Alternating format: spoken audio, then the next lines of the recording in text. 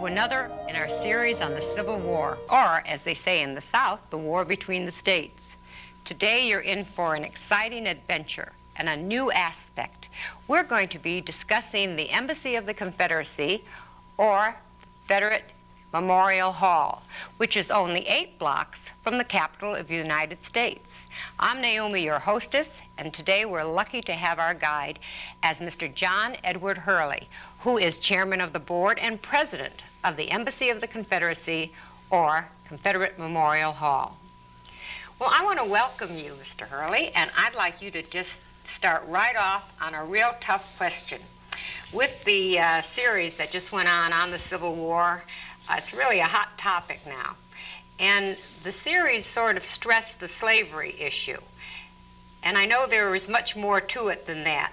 So as a true Southern gentleman and an educated Southern gentleman who would like to get the story straight, how about you telling us your version of what you think and why the war between the states began? Well, I think that obviously the Civil War series gave a emphasis to in the area of bondage and so on, but from our perspective, we figure it was one of the causes, but not the main cause. The confluence of circumstances that caused the war had a lot to do with the economics of the country. The Industrial Revolution was taking hold in the North. Our part of the world was agrarian. Our part of the world had a more gentle way of living. It was not the freneticism of commerce that we generally associate with the North. All these things, as well as international trade relations and so on with our new nation, caused a problem that culminated in the unpleasantness of the war. Well, now that we've got that big question sort of out of the way, why don't we get to the Embassy of the Confederacy, or Confederate Memorial Hall, that is right downtown on Vermont Street. Could you tell us when it began, how it began? Let's start with the first question of what type of building is it? Well, it's a Richardson Romanesque building, which is a Victorian architectural type. That Richardson was a New Orleans architect, and his work became quite famous in Victorian architecture in the latter part of the 19th century. The building was built in 1873 and is quite distinguished, and it was built at a time when Washington was really very, very disorganized, because we were right in the middle of the Reconstruction. It was 1873, and not only did you have the displacement of so many of our people, but you had a new look at governance. So you had a city that started out with 30,000 people prior to the war, immediately prior to the war, and then after the war, over 100,000, but it wasn't the natural demographics. That is, most of us were not Southerners at that point in Washington, and the mission of government had changed. That is, government was more pervasive in the life of Americans than it had been previously. So there was real chaos going on in Washington at that time. Definitely. Mr. Corcoran, who was the leading citizen of Washington, he was also the richest man in Washington prior to the war. He used to be the Corcoran-Riggs Bank, but he was so pro-Southern that the Lincoln administration felt uncomfortable with his presence in the country, and he was therefore had to really flee the country to England and France. After the war, the players had changed, especially around 1867, 1870. Mr. Corcoran came back. All his kinsmen were Southerners. He endowed Washington College. He paid Robert E. Lee's salary to teach at Washington College. And the city, the representation of it becoming stabilized had a lot to do with the town. And he's going to be involved in this home in a few minutes when we get to it. So tell me, this, which became the Embassy of the Confederacy, or Confederate Memorial Hall, this is during the time of Reconstruction, so all this chaos is going on. So what happens, who owns this house right now? That's the museum. Well, the Confederate Memorial Association owns it now. No, who owned it at that time? When it was first built, it was owned by John Maddox, who was a planter. And some of Southerners regained estates fast. Some Southerners retained estate, like Mr. Corcoran. Being out of the country, he dealt in international currencies and so on. When he came back, he was wealthier than when he left. So you will find that when these people, when the building was built, Mr. Maddox built it. And okay, so now what did he do? How did we get the Southern soldiers into it is what I'm trying to get at. well, Mr. Maddox was a friend of Mr. Corcoran, and Mr. Corcoran was interested. The primary philanthropy of any Southerner after the war was to take care of our own people. The other side had pensions. Hence you got the pension building and all the rest of it. At that time, especially, the states hadn't recovered, so none of our veterans had any relief at all. So Mr. Corcoran was quite active, as was Mr. Maddox, in trying to see to it that our people received some relief. And they decided to use the home on Vermont Avenue for the relief of veterans. So that's how it got started. Going back to 1873? When it started, yes. Okay, so in 1873, they brought these soldiers into the... About how many soldiers first went into that house? Well, as near as we can determine, maybe 5 or 6, and it got up to around 12 or 15 because there are a number of rooms in the mansion. They also engaged a matron who lived on the 2nd floor, and they had frequent visits, people who were physicians and so on, to look after those who were more seriously impaired. Well, who fed them, and where did they get the money for the food? Mainly through Mr. Corcoran and his informal collection of relief money for Confederate veterans. Later on, it was more formalized into the missions of, like, the United Confederate Veterans and the Daughters of the Confederacy and so on, who contributed heavily toward the relief of these veterans. We were there at Christmas time doing the Spirit of the Confederacy, or the Spirits of the Confederacy, doing a play on ghosts. We had the young officer and his beautiful bride, and we came back to visit you, remember? I do indeed. Well, we're going to show pictures of that as we sort of walk through your embassy so that people will visualize it and also see it with their eyes. Welcome to Confederate Memorial Hall. I'm John Hurley, President of the Confederate Memorial Association and Director of the Hall. A pleasure, sir. I'm Private Edmund Porter of the 13th Virginia Militia, and this is my lovely bride, Amanda Armstrong Porter of Charlottesville. I was a good friend of John Elder, who lived here. Oh, really? We have a picture of John Elder. John Elder became quite a famous painter after the war. Would you like me to give you a tour and give you a history of the building? That would be wonderful. That is why we came all this way, although we don't have much time. So when they first come into the hall, what kind of pictures do they see on the walls?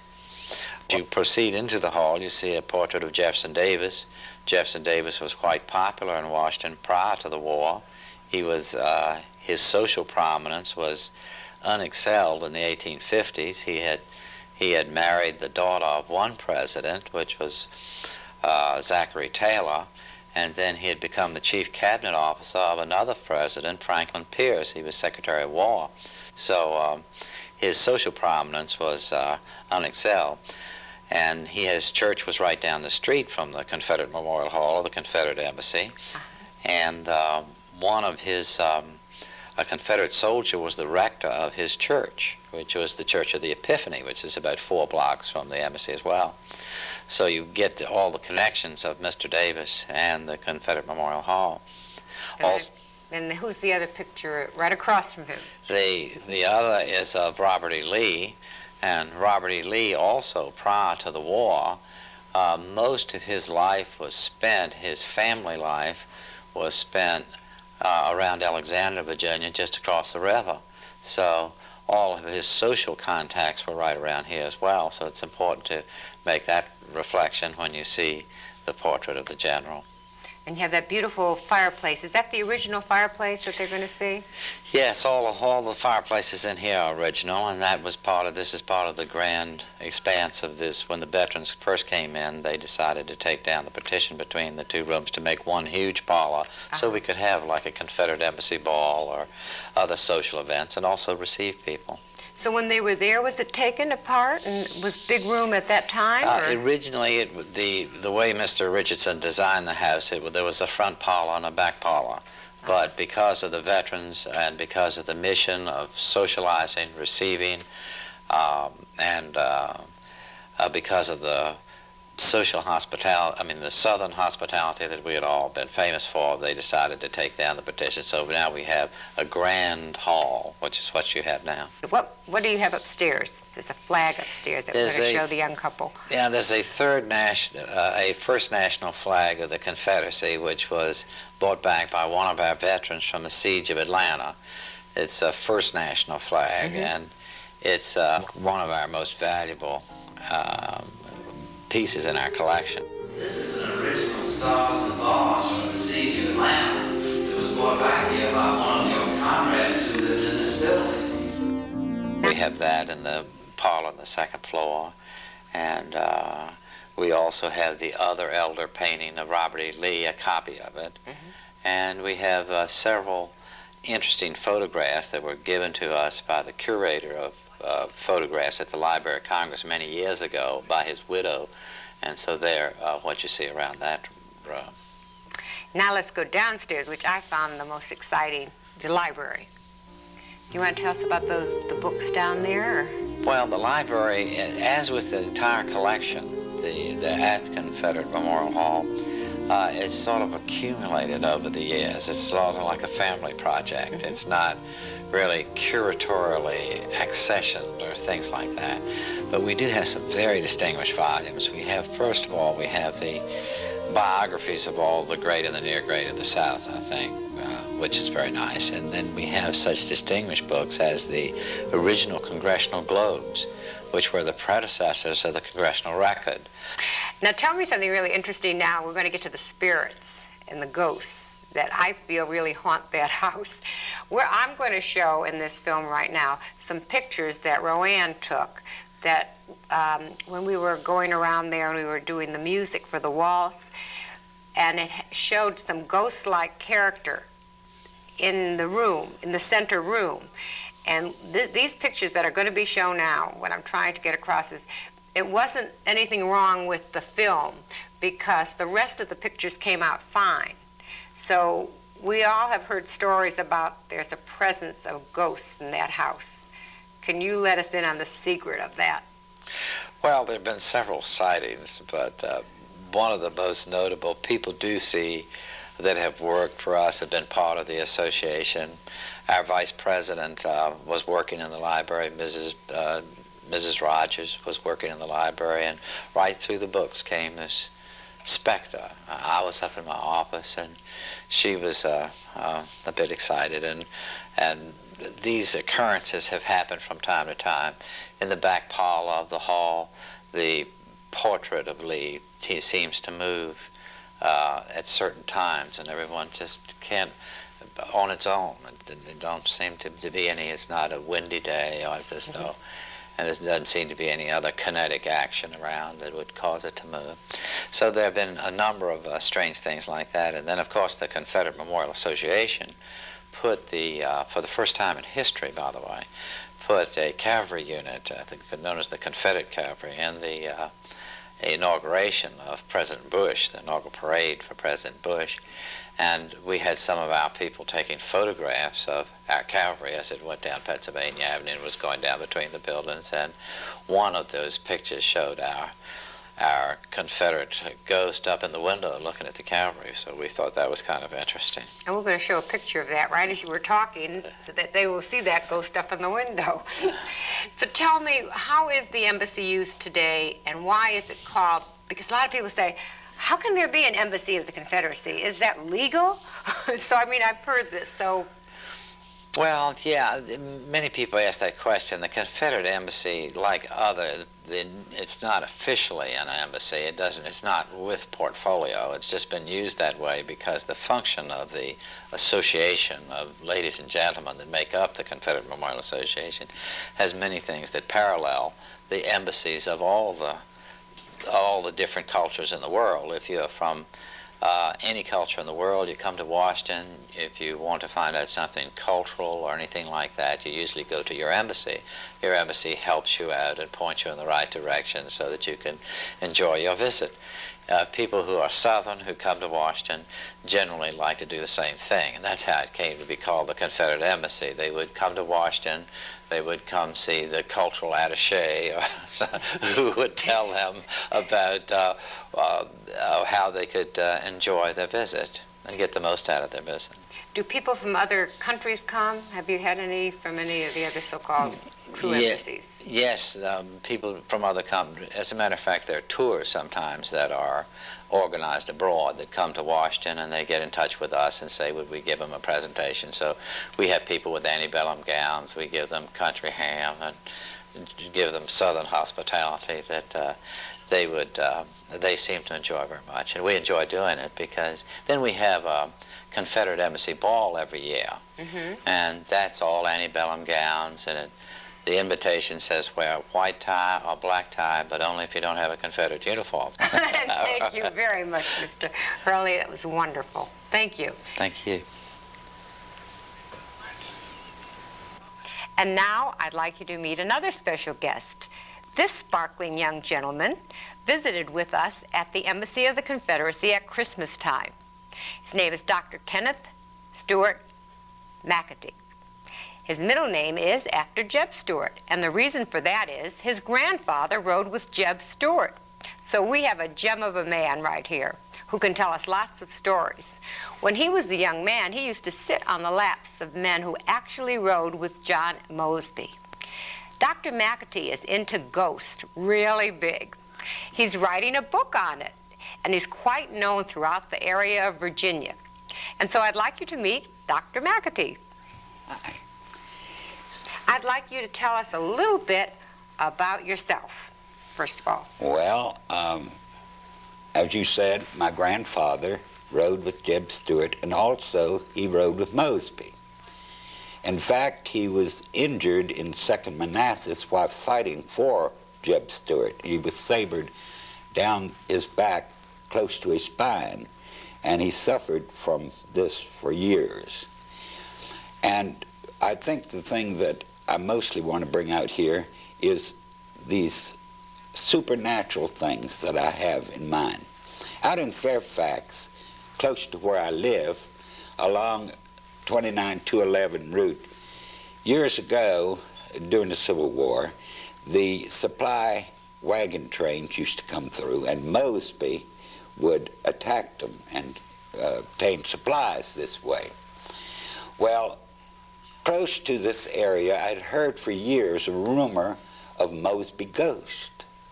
So being interested in the supernatural, the spirits, and I'd like to call them presences, because ghost, it doesn't set too well with most people. Okay, so we'll call it the spirit of the Confederacy. That's where we did the takeoff Right, on this. right.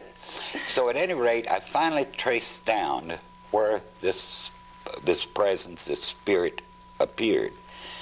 So I was led to the home of Charlie and Jane Lewis. They were very gracious people, and I asked them to tell me something about this presence. Well, they had bought this house they lived in at a very reasonable fee. In fact, so low they wondered if something was wrong, so sooner or later they found out something was wrong. Well, they had been stationed in France, and they came back to the United States. Mr. Lewis was stationed at the Pentagon, and one night when he was working a night shift, Jane and their dog Bo settled down to a TV program, when all at once there's this thump, thump, as though this noise was made by heavy army boots. And you know, when animals pay attention to these things, well, it's very serious, because adults can imagine a lot of things. Well, as this presence came down the hallway, it was very tall, very dark, as though it were on horseback. So Bo the dog followed it down the hallway with its eyes and his head turning. So after this presence went through the door, not opening it, through the door, Jane got up to see if there was a presence of coolness there, which sometimes goes along with this ghost bit. But there was nothing. Well, this reoccurred time and time again. Well, her granddaughter came to visit her. She was 4 years old, and she brought her favorite friend, her cat. Well, the cat wouldn't go near the room. The cat would slither down the hallway, get to the grandparents' room, and jump up on the bed.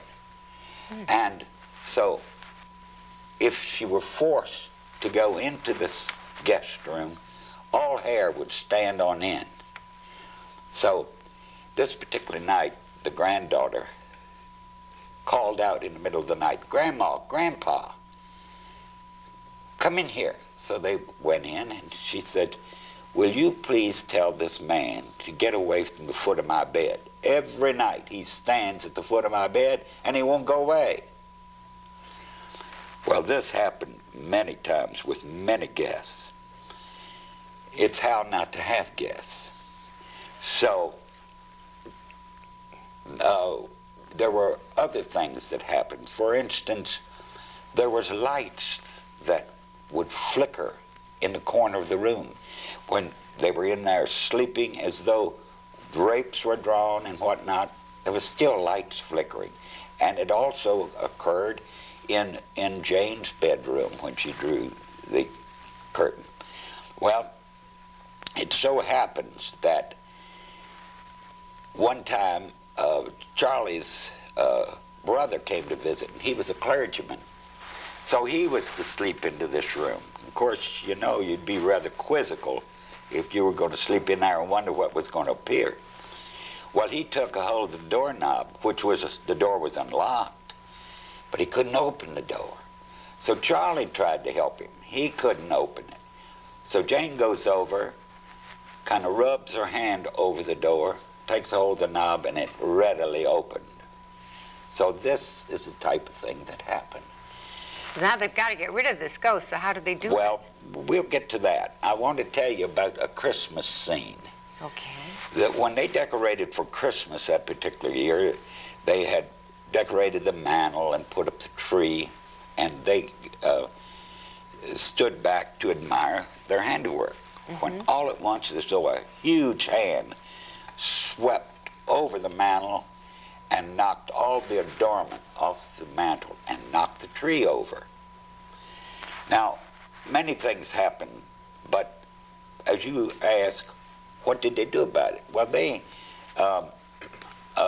Jane was attending at this point a class on psychic power. So she invited her instructors over to get her reaction. Now, mind you, she had not told the educator anything about it. But when she entered the house, she says, "There are presences in this house." And she says, "Really?" I said, "Yes." "Well, tell me about it." So, well, she got out what they call a dividing rod, and it has a little reaction. I'm not a psychic, and I can't exactly tell you how they react. But at this point, she says, it's a tall, blonde, handsome man who was one of Mosby's men.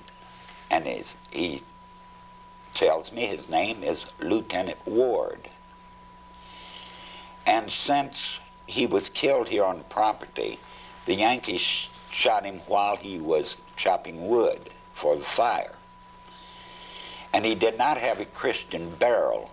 This is why he comes back, because really he's not aware of the fact that he's dead.